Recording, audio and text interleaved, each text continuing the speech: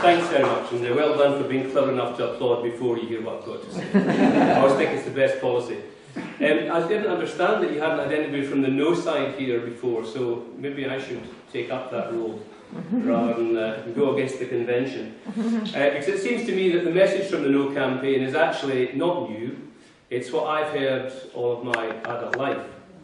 If I were to boil it down, it would be something along the lines of, you're okay, you're not quite good enough, you have a kind of glass ceiling as a Scot, you can do certain things well, you can't do everything well, and basically, you need someone to hold your hand.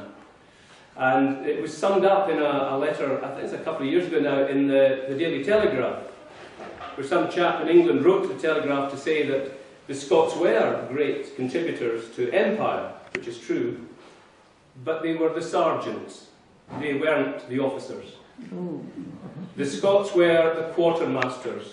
They were the guys, and it's true to an extent, the clerks, the people who made it work. We were the cogs that produced the quality in the empire, but we were never, or very, very rarely, in the officer class. That was somebody else's job. And it strikes me that it's kind of similar to when you look at British governments that I've known. I mean, 19 British Prime Ministers have come from one school, which isn't in Peebleshire, by the way. In case and, while that is a class point to me, the fact is for me that Britain is a class country. I mean, it does partly come from monarchy, but other countries with monarchies somehow manage not to be quite as class-based.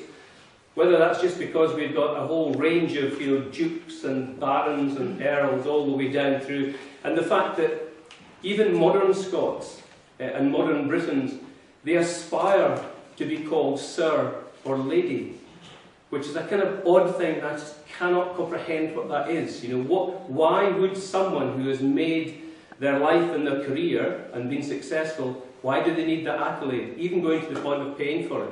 And it's an historical thing in Britain. The cash for honours thing is nothing new in British society.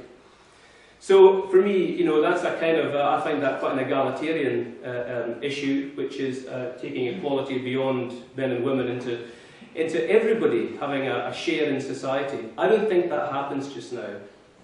And the stark evidence from the current coalition government is that working families, mum and dad working, the number of those who are currently in receipt of state benefits to give them a living wage has gone up by 60% in Britain since this current government came in.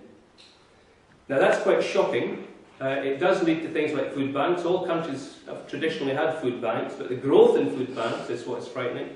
I have a local food bank in Maryhill in Glasgow, which is burgeoning. I find that disturbing too. The trouble is, for a lot of us, we're quite comfortable. And this gets back to the question of self-interest, because if you're comfortable, you don't want to risk things, especially if like me, you've reached retirement. I've done 45 years of work. And we may not think that journalism is work, and sometimes it has been very good, and I agree. But the point is, I've been committed for 45 years. I've earned my retirement. I don't want to do anything that's going to risk that. The irony for me is that twice in my life, I've had sums of money that were worth investing. And each time, the money disappeared. The first one was when the Twin Towers went down, and the other was reinvested in the financial crash. I lost thousands of pounds in both of those, so I never invest in anything now. I try and look after my own money as carefully as I can. But the thing is, people are afraid of risk. Those were risks that happened under the Union, not caused directly by the Union, but they were. And there is no escape from risk. And one day you do have to take a risk. I mean, we talked about pensions earlier on. There was a finding where they had, I think it was 75 world economists who were asked what would happen to the British old age pension.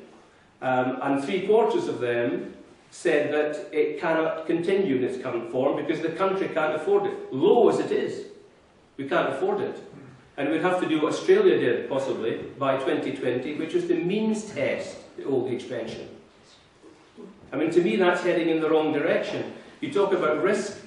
The Institute for Fiscal Studies says after the next British general election, whoever wins, there will have to be an increase in income tax.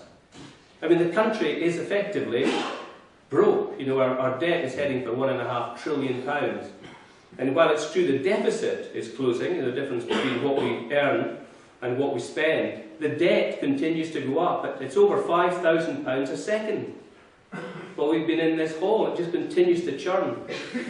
And when you hear what they're forecasting is for the cuts, the depth of cuts they're going to have to make after the next election, the Tories and the coalition are talking about taking public spending in Britain back to the levels of 1948. And I just think, for me, you know, I guess it's just not a society that I would feel I want to be part of. I think we have to realise here that the country is not run, by and large, for Scots, not because there's an anti-Scottish, you know, mafia in London. It's not like that. I don't think it's not discrimination. It's just that if you are the small part of a much bigger interest, you're always going to suffer. Almost always. Because the large interest, and most of this is not even England, I think it's the Thames Valley. That's where all the seats are. The Thames Valley, down through London and down towards the south coast. Those are the seats where, if you want to run Britain, you have to get elected in those seats. And that's why Miliband, with Rachel Reeves and Chris Leslie, are saying what they're saying. Whatever policies we have, we will not restore the cuts, and we will continue to make cuts, as the Conservatives are doing now. That's a change in my time.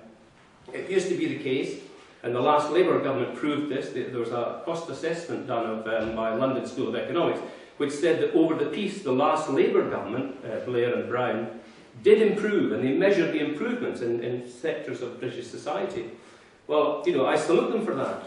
The trouble is in Britain, every 10 years, a Tory government comes along, so that even if Labour is doing its best, a lot of that gets reversed by a Conservative government. And we're now being told by a Labour government they won't even try as hard, they'll try to match the Tories. As Jim Siller says, you know, on the 18th, if you have a vision for your country, for the hours of 7 a.m. till, I think it's 10 o'clock at night, you've got 15 hours.